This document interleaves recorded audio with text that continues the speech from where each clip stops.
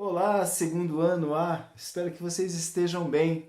Eu estou bem e com saudade de vocês, é claro, torcendo para que tudo isso acabe, mas para que a gente possa voltar para a sala de aula, para as nossas aulas presenciais, mas também eu sei que quero fazer isso quando realmente houver segurança para você, aluno, e, claro, para nós, professores, funcionários e todos aqueles que estão envolvidos diretamente na educação.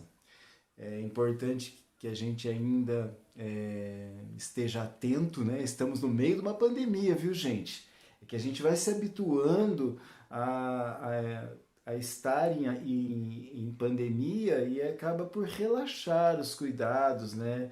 Então, cuidado, muito cuidado com isso, porque nós estamos entrando agora numa fase que é onde há a interiorização, né, da Covid-19. Então, até pouco tempo atrás, ouvíamos os números da cidade de São Paulo e cada vez mais e parece que os números estão mais próximos de nós. E mesmo aqui em Assis, o número de pessoas infectadas aumentou bastante, o número de pessoas que precisaram de internação e, infelizmente, também aquelas pessoas que vieram a óbito. Então a gente ainda continua numa pandemia, viu, gente? E infelizmente nós vemos, né, aqui no Brasil um cenário bastante politizado em relação a essa pandemia. Infelizmente, essa pandemia saiu da esfera da saúde e adentrou na esfera da política. E aí quem perde somos nós, povo brasileiro, porque nós não temos um governo, né, seja ele estadual, municipal e federal, que falem a mesma língua. E isso acaba por confundir as pessoas. Isso acaba por confundir e as pessoas confundidas se põem mais em risco, acreditam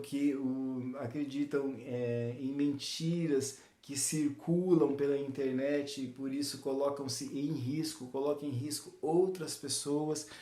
Então, infelizmente, aqui no Brasil nós olhamos com muita, eu pelo menos olho com bastante aflição essa politização da pandemia.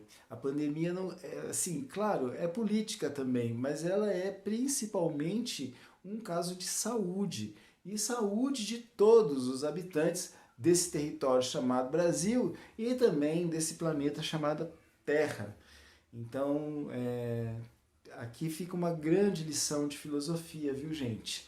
A gente que trabalhou no primeiro bimestre, principalmente sobre as questões da ética e da moral, então, nesse momento, no presente momento que nós vivemos, nós estamos aqui tendo, infelizmente, um exemplo grave de violação da ética e da moral, né? Tanto na esfera política quanto também na esfera das pessoas. As pessoas que se recusam a usar máscara, né? Elas acham que não precisam usar máscara e por conta disso ofendem, humilham, né, os trabalhadores tanto da segurança pública quanto os fiscais da vigilância sanitária são ofendidas, né? A gente viu, não sei se vocês estão sabendo, mas o caso de um desembargador que ofendeu um membro da Guarda Civil de Santos e que pedia a ele que usasse a máscara e ele se recusando a usar a máscara, o guarda civil o multou e ele acabou por rasgar a multa na frente, né, e jogou a multa no chão, na frente desse guarda, humilhou esse guarda chamando ele de analfabeto, idiota, enfim, um show de horror. Então aí a gente vê o quanto que a gente precisa aprender. E nessa questão da formação do indivíduo, a gente falou um pouquinho lá com John Locke, né, um filósofo que deu início ao liberalismo, né, o pensamento liberal, que tem aí como sua primícia que todos os homens nascem iguais, que são iguais, devem ser iguais em direitos, né, porque não existe uma diferença, não deve haver diferença do nascimento de uma pessoa para outra, que todos devem ter os mesmos direitos. Então essa é a primícia do liberalismo e também aquela primícia que diz que nós somos livres, que é um direito inalienável do homem é a liberdade. Bom, nós passamos por John Locke, né, na formação do indivíduo, esse indivíduo que é livre, que é igual, que tem condição de igualdade dentro de uma sociedade formada por indivíduos. E aí também nós vimos também a filosofia utilitarista de Jeremy Bentham e Stuart Mill, que falavam a respeito que além de nascer livre, se nascer com igualdade de direito, o objetivo do homem era a felicidade, que tudo deveria ser garantido para que o homem, tudo devia ser garantido, tudo tinha que ser feito para que todos os homens, com todos os indivíduos, eles pudessem gozar de felicidade.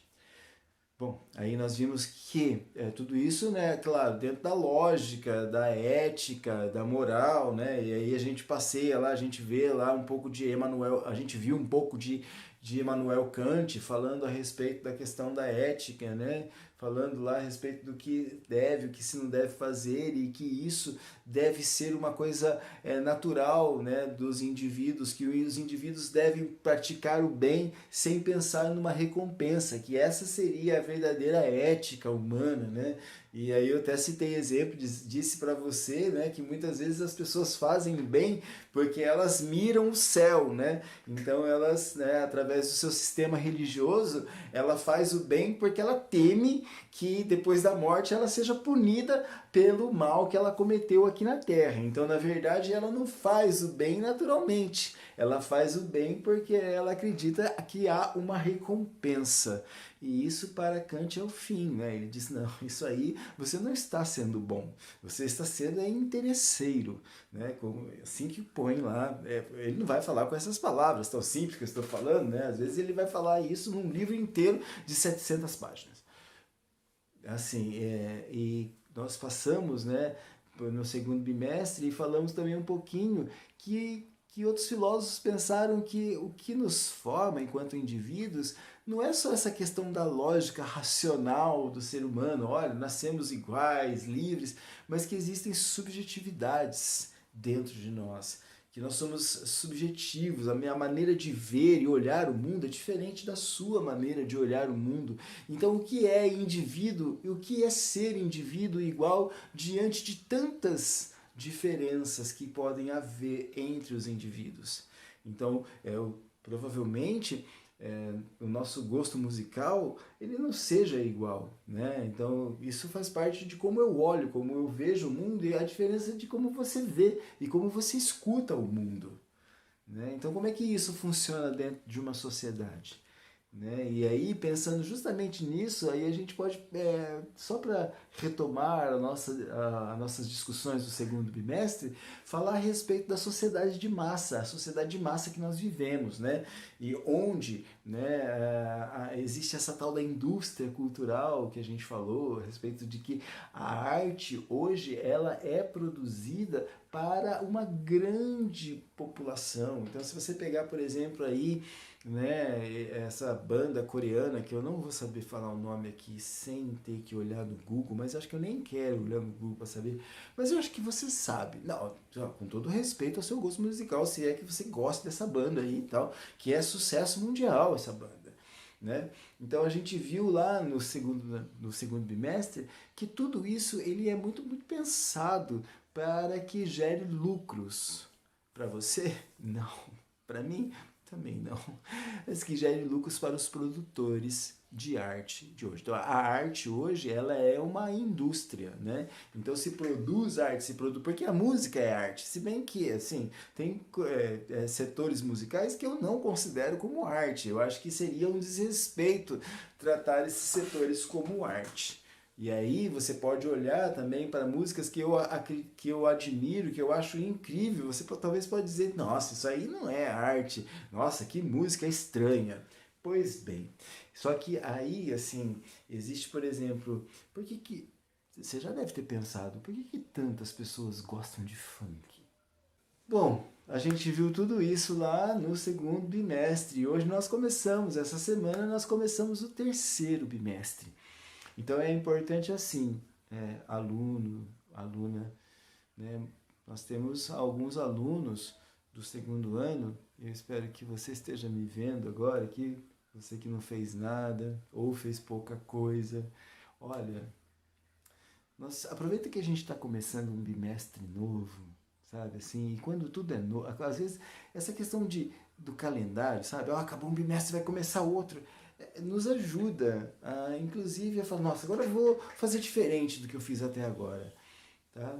Então, assim, na minha disciplina, na minha, viu? Ó, não posso garantir que isso vai acontecer com outros professores, mas é importante que você esteja aqui, tá?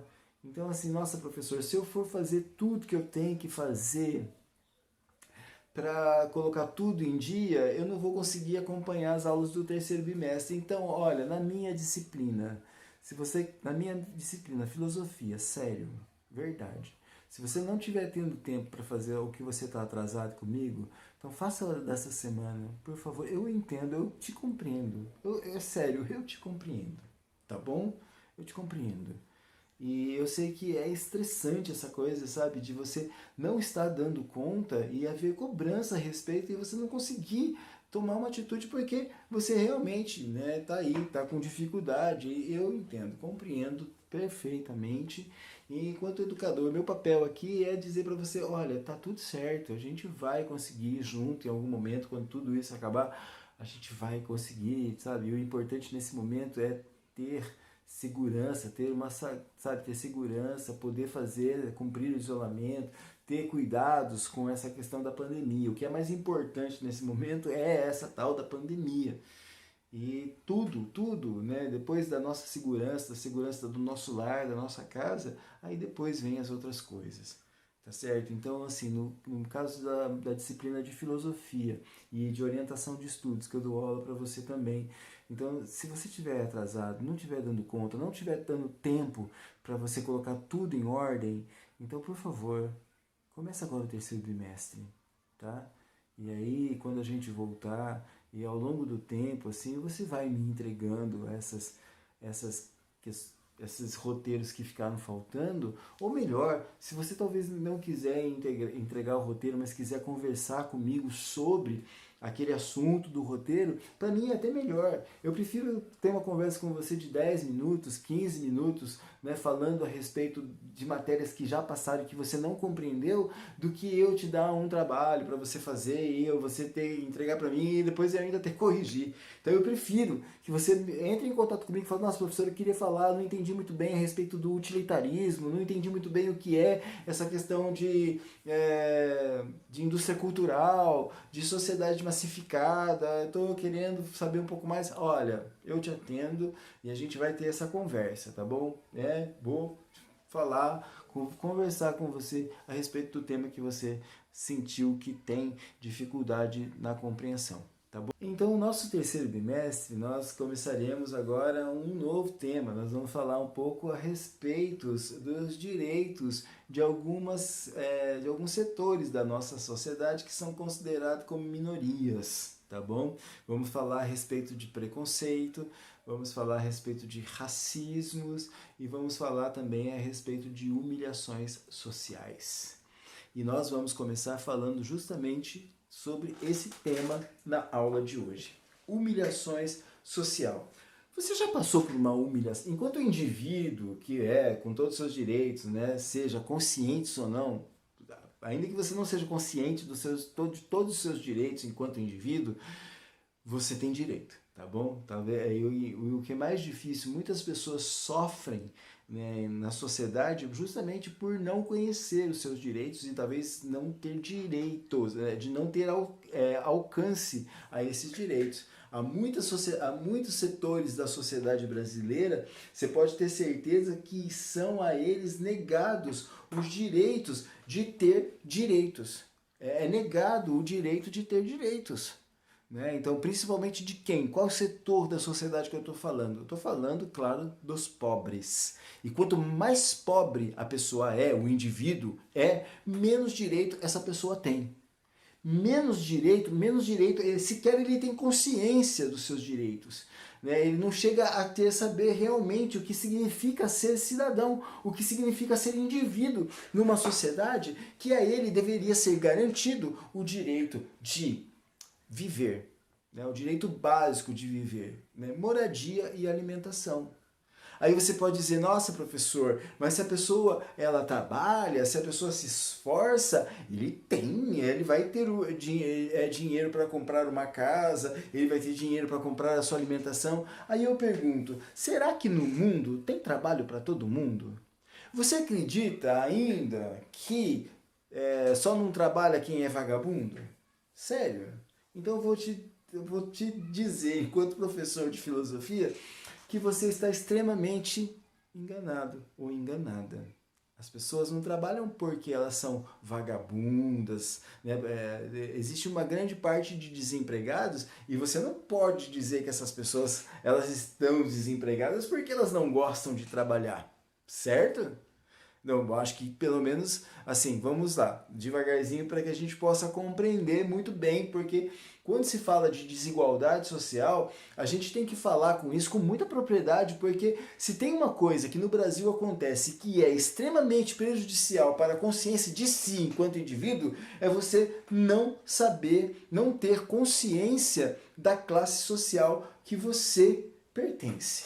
E uma coisa que no Brasil também é chocante, né? E seria chocante para muitos estrangeiros que conhecem um pouco, que dominam um pouco esse campo da filosofia, é chegar aqui no Brasil e notar que as pessoas no Brasil elas se apressam a dizer que elas não são pobres. Inclusive os pobres. Né? Então eles querem, né, tem uma ânsia de mostrar, de querer provar, e é claro que isso está muito ligado às questões do capitalismo, né? Então, infelizmente, né, vamos dizer assim, no Brasil e também em outras partes do mundo também, aí não vou crucificar o nosso país e dizer que isso é coisa de brasileiro. As pessoas, hoje nós vivemos um sistema de aparências. As pessoas, elas são o que elas têm. E as pessoas não são realmente o que elas são, naturalmente, essencialmente. Existe uma ânsia, né, de provar que você é bem sucedido, que você é muito bem, né, que você tem um carro bom na garagem, enfim, etc e tal, não para suprir as suas necessidades em ter um automóvel, não, mas é mais do que isso. Ele não é apenas um instrumento para suprir as necessidades em ter um meio de locomoção, mas é também uma maneira de você demonstrar que você é alguém, infelizmente, pelo que você tem e não pelo que você é. Muito complicado isso, viu? Senhoritas e senhores, é bastante complicado dentro da nossa sociedade falar sobre essas coisas. Bom, mas eu dizia que no Brasil nós temos uma certa dificuldade de compreender essa questão do que é ser classe pobre, né? De ser da classe pobre brasileira. Então tem muitas pessoas que acham que por ganhar aí, vamos dizer, 5 mil, 6 mil reais, elas são classe média, porque elas moram num prédio, tem casa própria, tem automóvel próprio, tudo mais, mas essas pessoas, elas têm tudo isso próprio, mas elas são empregadas. Elas vivem do que? De um salário. Então, no Brasil, assim, grande parte das pessoas, não, grande parte, não estou dizendo todo mundo, não, né? Assim, as pessoas que geralmente vivem de um salário, que tem alguém, um patrão que paga um salário para elas, geralmente essas pessoas elas não são classe média. Então tem muitas pessoas, né, inclusive os pobres, que têm uma renda mínima mensal, né, uma renda bem baixinha mensal, assim. O que acontece? Essas pessoas olham para quem ganha lá, vamos dizer, 3 mil reais, 4 mil reais e pensam, nossa, se eu ganhasse 4 mil reais, com tudo que eu ia fazer com 4 mil, 5 mil reais, eu ia fazer muitas coisas. É verdade, gente, dá para fazer muitas coisas, né? Quem ganha 5 mil deve saber que deve ganhar, deve fazer bastante coisa com 5 mil. Quem ganha isso deve saber bem o que é isso. Mas essas pessoas, elas continuam sendo da classe pobre, tá? E aí eu tenho que falar isso com muito cuidado, né? Porque às vezes a pessoa que tem uma renda mensal bem baixinha, olha e fala, nossa, como é que um professor fala que a pessoa que ganha 4 mil é pobre? Gente, ser rico é uma outra coisa. Ser de classe média é uma outra coisa que, pelo fato da gente ser pobre como a gente é, a gente não tem muita ideia. Né? A gente não tem muita ideia do que é uma pessoa que tem lá a tranquilidade de pagar enquanto mensalidade do seu filho, da sua filha, na escola, uma mensalidade de 7.000 reais. Você imagina? Se você fosse pai ou mãe, né, e pudesse pagar uma mensalidade de 7.000 reais para o seu filho, para sua filha, quanto que você teria que ganhar para ter que dispensar esse valor para um dos seus filhos? Então tem gente no Brasil que paga esse valor de mensalidade de escola. Tá? Então tem gente que paga para o seu filho, para sua filha estudar numa faculdade de medicina e desembolsa 12.000 reais para pagar a mensalidade dessa faculdade. Aí a gente está falando de pessoas que são da classe média, são pessoas ou ricos. Né? Então, o que é ser pobre? O que é ser pobre? Por que as pessoas... É claro, ninguém quer ser pobre, né? Todo mundo quer ter uma condição de vida melhor, né? Na verdade, o sonho de muita gente, muitas pessoas vivem... tem um sonho que é ganhar num prêmio, num bilhete da loteria, da Mega Sena, né? Então, as pessoas vão lá semanalmente, jogam, né, fazem sua fezinha, ou apostam seu dinheiro porque elas querem ser ricas. Então, na verdade, ninguém quer ser pobre. E assim, aí eu quero dizer para você que existe também uma diferença muito grande em ser pobre e viver numa condição de miserabilidade, abaixo da linha da pobreza. Aí, meu caro, aí é onde o sapato aperta bastante mesmo. E eu quero dizer que assim, para mim, no meu ponto de vista, enquanto educador, professor de história, também professor de filosofia, eu penso que realmente que existe algo muito danoso no indivíduo, no ser humano, né, que permite que outros seres humanos passem fome. Sério? Como assim?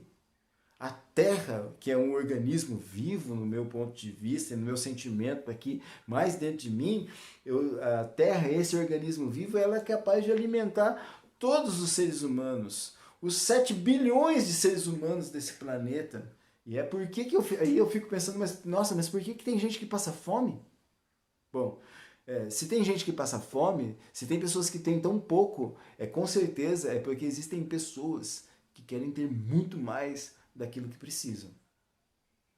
Então eu acho que a questão da pobreza, a pessoa está desempregada, não é porque ela não tem vontade de trabalhar. Não, se você perguntar para uma pessoa, por exemplo, que ganha, que vive do crime, né? que vive, né? que ganha seu dinheiro com atividades ilícitas, se você perguntar para essa pessoa se ele tivesse realmente condições de ter estudado e ter um emprego lá que garantisse a ele seus direitos e que desse realmente uma remuneração que fosse adequada ao trabalho que ele efetuaria, se você perguntar para essa pessoa, é muito provável que ela vai dizer para você que sim, ele trocaria, com certeza, a vida do crime por essa vida decente, por essa vida honesta que as pessoas tanto falam.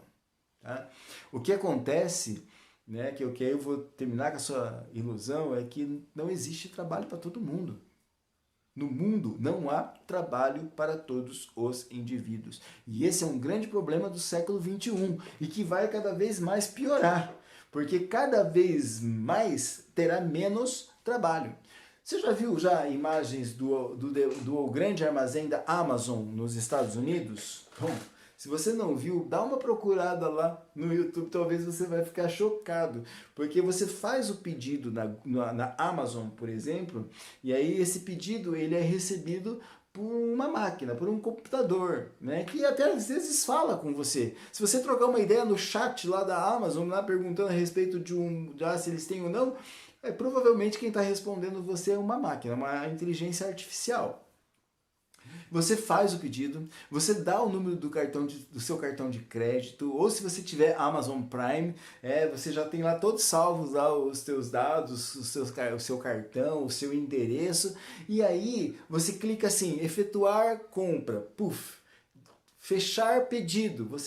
Quando você aperta esse pedido, bom, aí é desligada lá a comunicação. Esse robô que te atendeu, que fez toda a questão de mostrar as telas no seu celular, para você dizendo para você fechar, confirmar o endereço de entrega. Esse, esse robô vai mandar uma mensagem para outro robô. Esse robô, então, ele vai andar nos corredores lá do depósito da Amazon. Ele tem escadas, né? Ele se eleva até a altura das prateleiras. Ele consegue retirar o produto. Ele coloca, ele embala, ele leva para setores onde esse produto vai ser embalado. Esse produto é embalado pelas máquinas, ou seja, tudo isso sem que ninguém, nenhum ser humano estivesse empregado. Acho que você entendeu tudo que eu quero dizer, né? Então, cada vez mais teremos menos empregos. Tá? Então, assim, você pode ter certeza que o número de desempregados ele tende a aumentar cada vez mais. Nossa, que triste isso, professor. Por que o senhor falou uma coisa dessa? Eu estou aqui estudando, batalhando, então eu vou dizer uma coisa para você. Então, estude bastante mesmo. Eu acho que a educação, ela é ainda e vai ser o diferencial para as pessoas que vão ter ou não vão ter mais ou menos oportunidades. Bom, segundo um autor que eu estou lendo, que nesse momento eu estou lendo, que fala a respeito do que pode acontecer nos próximos 30 anos, ele fala que a filosofia vai ser legal, que vai ser muito bom para os filósofos, porque cada vez mais se abrirão campos para debates a respeito de como se dá a nossa sociedade, de como é a nossa sociedade, cada vez mais terá essa necessidade desses profissionais que pensam a respeito do indivíduo e que o indivíduo significa dentro dessa sociedade. O que a gente está fazendo aqui? Percebeu? Bom, então eu estou no caminho certo, né? Bom, que bom. Então, meu aluno e minha aluna, essa questão da desigualdade social e da pobreza no Brasil é justamente aquilo que faz as pessoas passarem por humilhação social. Então, lembra, no começo dessa aula eu falei a respeito do desembargador, desse desembargador que se recusou a usar máscara, foi multado pelo guarda civil lá metropolitano da cidade de Santos, e rasgou a multa e tudo mais. Tá tudo na internet, viu, gente? É uma vergonha, um vexame. Vexame nacional, internacional, planetário. Bom, aqui a questão aqui dessa matéria é uma matéria que foi veiculada pelo El País. O El País é um jornal espanhol que tem uma circunsal aqui no Brasil, então nós temos aqui uma edição do jornal em português brasileiro, né, que fala de temas ligados ao nosso país. E nós temos aqui a história da dona Josefa Severina de Souza, uma nordestina que veio para a cidade de São Paulo ainda quando era bem mocinha, adolescente da idade de vocês, e fez a sua vida aqui na cidade de São Paulo, mora na periferia da cidade de São Paulo e trabalha no centro de São Paulo. Ela trabalha 10 horas por dia e ela tem uma renda, e a renda que ela ganha ajuda no sustento da sua casa. Tá? Então aqui vai falar a respeito de que na casa da dona Josefa, né, as pessoas se dividir o salário, se dividir o ganho mensal das pessoas que trabalham na casa por todas as pessoas que moram na casa, eles vivem com R$ 413 por mês. R$ 413 é menos que a metade de um salário mínimo por pessoa dentro da casa. Olha, sinceramente, eu não sei, né, e faço aqui votos para que a realidade na sua casa seja melhor do que essa, sério, de verdade. Porque para mim já é difícil pensar, né, se eu tivesse que viver com R$ 413 por mês. E eu sei que existem muitas pessoas no Brasil. E aí eu vou dizer para você que essa matéria aqui falava sobre um dado estatístico que foi lançado ano passado, uma pesquisa que foi feita, que dizia que 105 milhões de brasileiros vivem com uma renda mensal de R$ 413 por mês, per capita. É chocante, gente. É chocante. Né? Num país que produz tanta riqueza como o Brasil, né? Se você pensar que o Brasil, ele é hoje o maior exportador de carne in natura do mundo. Se você pensar que o Brasil é o maior exportador de grãos do mundo, né? Principalmente da soja, então, se você pensar que o Brasil é o maior exportador de minério de ferro do mundo e outros metais que são abundantes no solo brasileiro, e aí você pensar que metade, 50% da população brasileira, sem falar no petróleo, né? Sem falar no petróleo. Então, aí, apesar de toda essa riqueza que está no solo da nossa nação e de tudo que se produz nesse país, aí você pensar que 105 milhões de pessoas vivem com R$ 413, olha, é chocante. Se existe esse número tão elevado de pessoas que vivem com tão pouco, é porque existe muito poucas pessoas que concentram uma renda muito, mas muito maior do que elas precisariam. E aí tem aquelas pessoas que são pobres e vão falar assim, nossa, professor, mas essas pessoas, elas têm essa renda porque elas trabalharam muito. Não, é o contrário. Eu conheço muita gente que trabalhou uma vida inteira, de sol a sol, que trabalhou sem direito a férias, que trabalhou sem direito a 13º. Essas pessoas trabalharam uma vida inteira e não ficaram ricas. Então, outra ilusão que permeia essa ideia dentro desse capitalismo é dizer que se você trabalhar muito, você vai ficar rico. Ah, tá bom, tá? Meu avô que trabalhou a vida inteira nunca ficou rico. Sequer conseguiu comprar um automóvel. E aí eu estou falando sério. É sério. Então, a questão é que, assim, que essas pessoas que concentram grande renda, né, que concentram grande renda, né, de capitais, de patrimônio, essas pessoas, meu cara, elas vivem de renda, elas são rentistas, elas aplicam dinheiro. Então é uma questão, professor, mas isso é trabalho. Tá.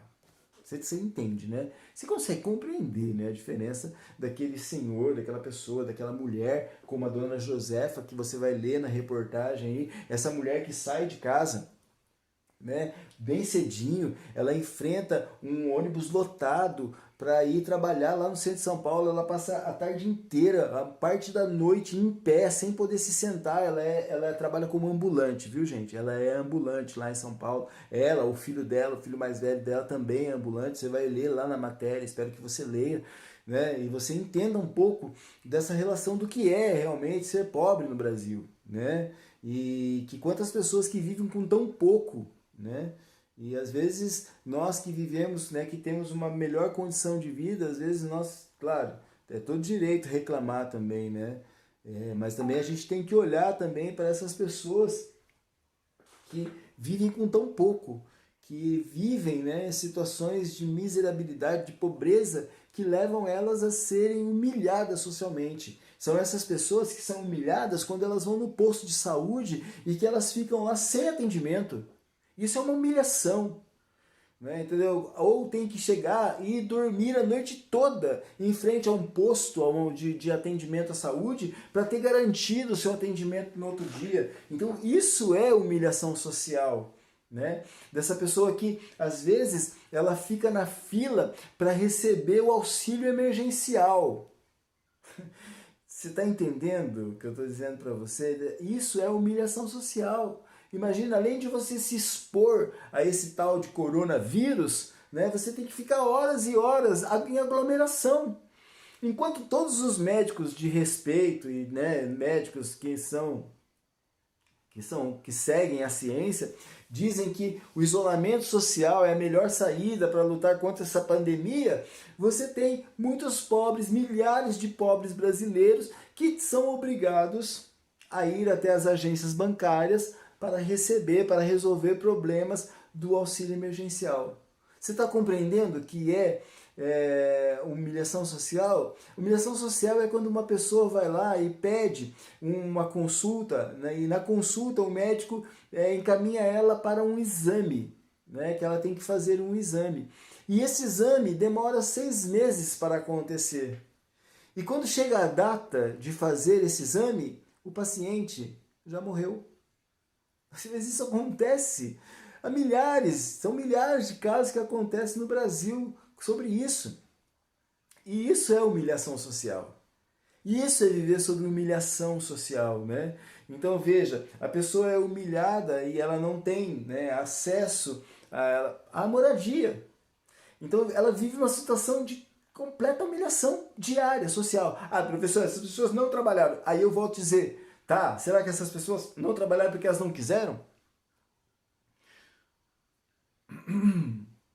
Aí eu volto a repetir, não há trabalho e cada vez menos terá menos trabalho para as pessoas. E é por isso que se discute hoje uma coisa que está sendo muito discutida e que eu vou falar para você um pouquinho aqui, talvez você se interesse, é a renda básica universal, que deve ser garantido pelos estados, pelos governos, pelos políticos, aquelas pessoas que nos governam, que na verdade representam um pequeno de pessoas que são a elite do mundo. Essas pessoas vão ter que dar um jeito de dar renda para as pessoas. Porque não vai ter trabalho. E as pessoas simplesmente vão morrer de fome? Ou as pessoas vão ser mortas? Né? Olha, gente, não vou criar muita polêmica aqui, não, viu? Mas eu gostaria que você realmente pensasse sobre isso, né? Então, quando eu digo que eu não vou criar mais polêmica do que eu já estou criando aqui, tá? Mas filosofia é isso, né? Se filosofia não criar polêmicas, ela não é uma filosofia, certo? Então aqui eu vou criar polêmicas mesmo e vou dizer para você, olha, pensa bem nessa questão de quando você for chamar alguém de vagabundo, viu? Porque nem todo mundo se submete a ganhar tão pouco e trabalhar tanto. E isso, na verdade, em alguns casos, isso deveria ser considerado como uma virtude. No começo da Revolução Industrial, gente, as pessoas trabalhavam 12 horas, 14 horas por dia. E foi a luta dessas pessoas que fizeram com que os patrões eles diminuíssem, então, as horas de trabalho. Então foi através de greve, por exemplo, que essas pessoas conseguiram direitos como descanso semanal, né, final de semana. Então tudo isso tudo se deu por luta. Né? Então não é porque essas pessoas eram vagabundas, não, é porque elas sentiam que os seus direitos estavam sendo violados. Ah, mas quais direitos? Os direitos de ser humano, de indivíduo. De indivíduo. Qual que é lá a premissa lá do liberalismo, da filosofia de Jeremy Bentham? É que todos os homens eles devem ser felizes, que devem alcançar a felicidade. Mas não pode haver felicidade não pode haver felicidade se há uma barriga vazia. Sério, não dá pra ver. Você consegue pensar alguém que passa fome e é feliz? Bom, se você conhecer essa pessoa, bom, eu quero conhecer também, viu? Você conhece alguém que passa fome, necessidade e é feliz? Não dá pra ser feliz, gente. Tá? Então, assim, e quanto mais direitos nós não temos, né, direitos, por exemplo, assim, nós deveríamos ter, né, por toda a riqueza que é produzida nesse país pelas pessoas, por que as pessoas que têm dinheiro, têm plano de saúde, essas pessoas são atendidas de uma maneira eficiente, de uma maneira assim ímpar, né, por causa do dinheiro? É isso. Você acha isso ético, correto? Eu não acho, sério, eu não acho. Então, por quê? Porque nós todos brasileiros, apesar daquela pessoa que tem uma bicicleta, que carrega peso, que faz um trabalho assim muito braçal, difícil todo dia mesmo, assim, sabe? Aquele trabalho de muita força. Essa pessoa, ela enquanto indivíduo, ela deveria ter o mesmo direito, porque ela é trabalhadora da mesma maneira que aquele cara que é gerente do banco. Ah, mas o gerente do banco trabalha. Ah, mas o cidadão também que carrega caminhão também, o coletor de lixo, né, da cidade também trabalha. Né? E por que o gerente do banco lá tem direito a um atendimento ímpar, exemplar de saúde e o coletor de resíduos urbanos não tem? Ele não é trabalhador? Eu não sou trabalhador, não sou indivíduo trabalhador. É claro, porque assim, uma riqueza... Ah, mas aquele cara lá, o gerente do banco, ele produz mais riqueza. Pera, não, tá errado isso. Porque assim, há de se entender que na sociedade todos nós temos papéis importantes e essenciais. Imagina uma cidade que não tenha coletor de resíduos urbanos. Imagina. Imagina lá o lixo amontoado na esquina das ruas. Entendeu? E ainda que se as pessoas levassem esse lixo para longe da casa delas, iam levar para onde? Então tem o banqueiro lá, ele faz muito dinheiro, ele empresta dinheiro, faz com que a economia gire, mas se tudo isso, se não tivesse professor? E se não tivesse a pessoa que cuida da limpeza da escola, por exemplo? Não teria escola, porque a gente ia viver como? A gente ia ter que trabalhar, a gente ia, né? Imagina isso, gente. Se diariamente a escola não fosse limpa, um banheiro que é utilizado por 200 pessoas. Então eu quero que você pense nisso aí, viu? E tome mais cuidado ao utilizar as dependências da escola. Seja mais responsável com o seu lixo. Sério, eu fico de cara ainda que entro numa sala de aula cheio de papel no chão, né? Poxa vida. Bom, então essa questão que da nossa aula no bimestre começa então com essa questão da humilhação social que as pessoas vivem.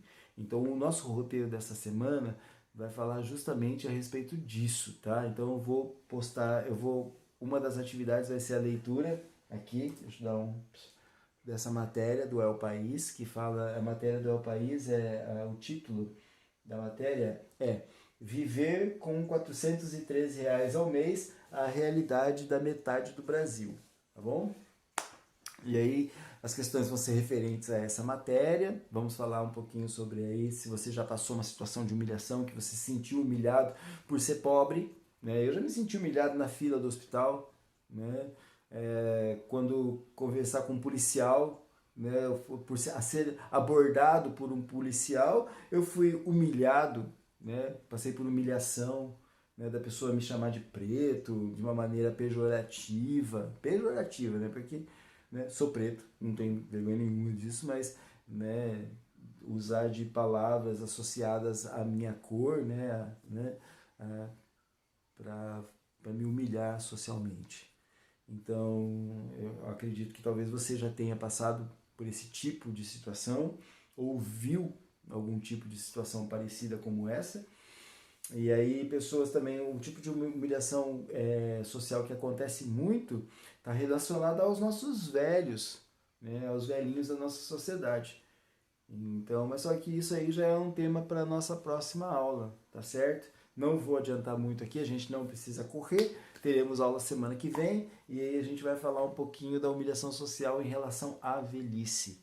Na próxima semana a gente fala sobre a questão do racismo e depois vamos falar sobre a questão de gênero. Esses vão ser os assuntos que nós iremos tratar nesse bimestre. Certo, gente? Bom, 40 minutos de aula, eu espero que vocês tiveram paciência para me ouvir e que tenha sido bom para vocês. Um forte abraço, fiquem bem, se cuidem e até semana que vem.